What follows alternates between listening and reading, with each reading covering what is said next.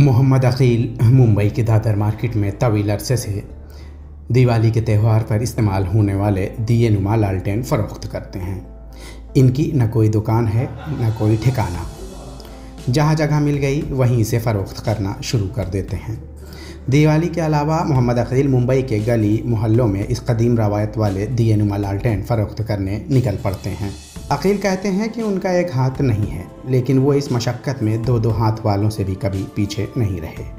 अकील आकोला से होलसेल के भाव से इसे ख़रीदते हैं और मुंबई की बाज़ारों, गलियों, मोहल्लों में फ़रोख्त करते हैं और इसी से अपने अहल खाना का गुज़र बसर करते हैं।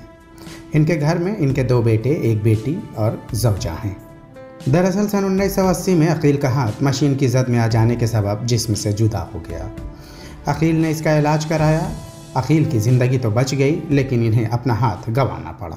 एक हाथ से कारोबार करना बोले तो टाइम ऐसे एक परिस्थिति में एक हाथ से मैं धंधा कर रहा, ये बहुत बड़ी बात होगी मेरे लिए।